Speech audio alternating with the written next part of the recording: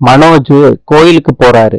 அப்ப ரோகிணிய பிளாக்மெயில் பண்ணவரு சாமியார் வேஷத்தோட அங்க இருக்காரு. மனோஜ கூப்பிடுறாரு.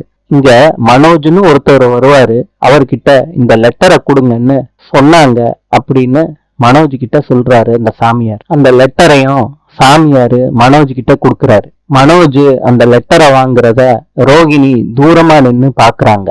அந்த சாமியாரும் ரோகிணிய பார்த்து சிரிக்கிறாரு லெட்டரை கொடுத்துட்டு. மனோஜ் கூட வந்தவரு, பாஸ் அந்த லெட்டர்ல என்ன இருக்கு படிங்க பாஸ் அப்படின்னு கேக்குறாங்க. அதுக்கு மனோஜ் நான் படிக்கிறேன் வெயிட் பண்ணுன்னு சொல்றாங்க. மனோஜ் அந்த லெட்டரை படிக்கிறாரு. நான் அனுப்பி வச்ச லெட்டர் எல்லாம் பார்த்து பயந்துட்டியா? உனக்கு நிம்மதி இருக்க கூடாது, நீ பயந்து பயந்து வாழணும்னு நினைச்சுதான் இந்த லெட்டரை எழுதுன. நான் யாருன்னு உனக்கு தெரியணுமா? உனக்கு ஒரு க்ளூ கொடுக்கறேன். என் பேரு என்ன இருக்கும்னு உனக்கு தெரியுமா? சூப்பர் ஸ்டார் ரஜினிகாந்த் நடிச்ச படத்தோட பேரு தான் என் பேரு. மனோஜ் கண்டுபிடி பார்க்கலாம் அப்படின்னு வாசிக்கிறாரு மனோஜ். என்ன ரோகிணி கேட்டியா? ரஜினிகாந்த் படத்தோட டைட்டில்னு சொல்றான் அந்த லெட்டர்ல எழுதி இருக்குது. மனோஜ் எனக்கு தெரியலையே. மனோஜ் சொல்றாரு, பீம்பாய் ரஜினி படம்லாம் என்னென்ன இருக்கு?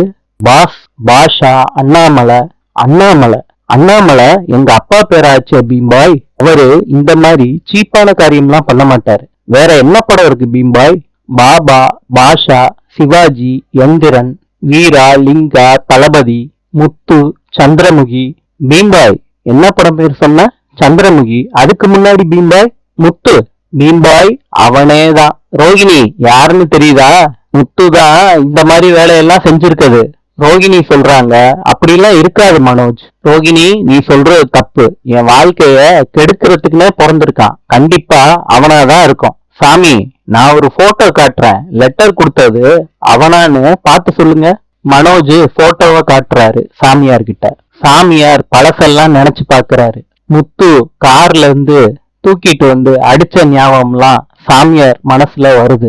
முத்து போலீஸ்காரங்க கிட்ட புடிச்சு கொடுத்த ஞாபகம் எல்லாம் வருது சாமியாருக்கு. மனசுக்குள்ள சாமியார் நினைக்கிறாரு, இவன் என்னைய போலீஸ்ல மாட்டி விட்டவனாச்சே, அவனோட சொந்தக்காரனாதான் இருக்கும். மனோஜ் கிட்ட சாமியார் கேக்குறாரு, இவரு உங்களுக்கு? அதுக்கு மனோஜ் சொல்றாரு, என் தம்பி தான். மனோஜ் சார் லெட்டர் கொடுத்தது இவரு தான். ரோகிணி சாமியார் சொல்றத பாத்தியா? இவன் தான் இந்த மாதிரி வேலையெல்லாம் பார்த்திருக்குது. ரோகிணி சொல்றாங்க, இல்ல மனோஜ், முத்து எதுக்கு இந்த மாதிரி வேலையெல்லாம் பார்க்கணும்? இந்த சாமியார் தான் தப்பா சொல்றாரு. மனோஜ் சொல்றாரு, சாமியாரு கரெக்டா தான் சொல்றாரு, ரொம்ப நன்றி சாமி. இன்னைக்கு வீட்டுக்கு போய் என்ன பண்றேன்னு பாரு ரோகிணி. பீம்பாய் என் கூட வா. சாமியார் சொல்றாரு ரோகிணி கிட்ட, 30 லட்சம் வர முடியும், இன்னமும் நடக்கும், இதுக்கு மேலேயே நடக்கும், சென்று வா அப்படின்னு சொல்லி அனுப்பி வைக்கிறாரு ரோகிணிய. மனோஜ் வீட்டுக்குள்ள வர்றாரு. அண்ணாமலை விஜயா கிட்ட சொல்றாங்க, முதல்ல என்ன நடந்துச்சுன்னு தெரியாது, அதுக்குள்ள முத்துதான்னு எதுக்கு முடிவுக்கு வர விஜயா? மனோஜ் உனக்கு யாரு முத்துன்னு சொன்னது? அப்பா நான் கோயிலுக்கு போயிருந்தேன், அங்க உள்ள சாமியார் தான் சொன்னாரு. இந்த காலத்துல சாமியார் சொன்னதெல்லாமாடா நம்புவ மனோஜ்? அவங்க சொல்றதெல்லாம் கேட்டுட்டு வந்து வீட்டுல சொல்லிக்கிட்டு இருக்க?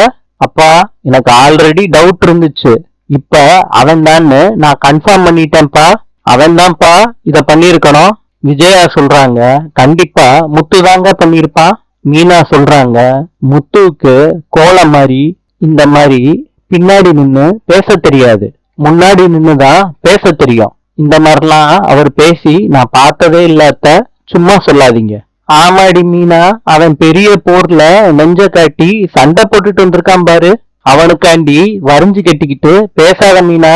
அத்தை எதுவும் தெரியாம பேசாதீங்க. அப்ப மனோஜ் சொல்றாரு, எல்லாத்தையும் கன்ஃபார்மா தெரிஞ்சுக்கிட்டு தான் வந்து பேசுறோம். நியாயப்படி அவன் பேர்ல போலீஸ்ல தான் கம்ப்ளைண்ட் பண்ணிருக்கணும். வீட்டுல வந்து சொல்றேன் பாரு, ஏன் தப்பு. இன்று ஜோர்டானின் நாணயம் டினார். நாளை சந்திப்போம்.